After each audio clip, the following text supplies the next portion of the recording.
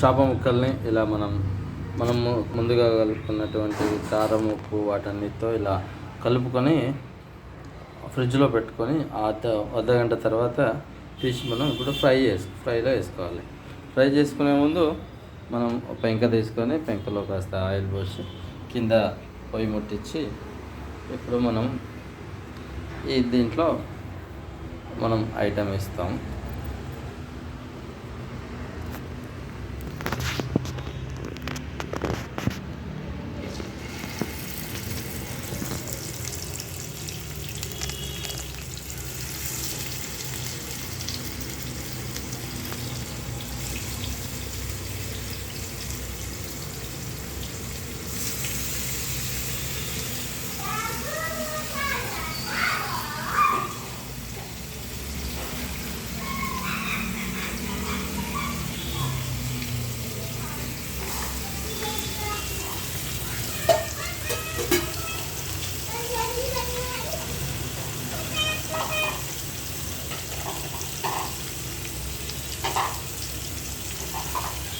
ఇలా మనం చేపల్ని పెనం మీద వేసుకొని ఒక 10 నిమిషాలు వాటిని వేగనివ్వాలి.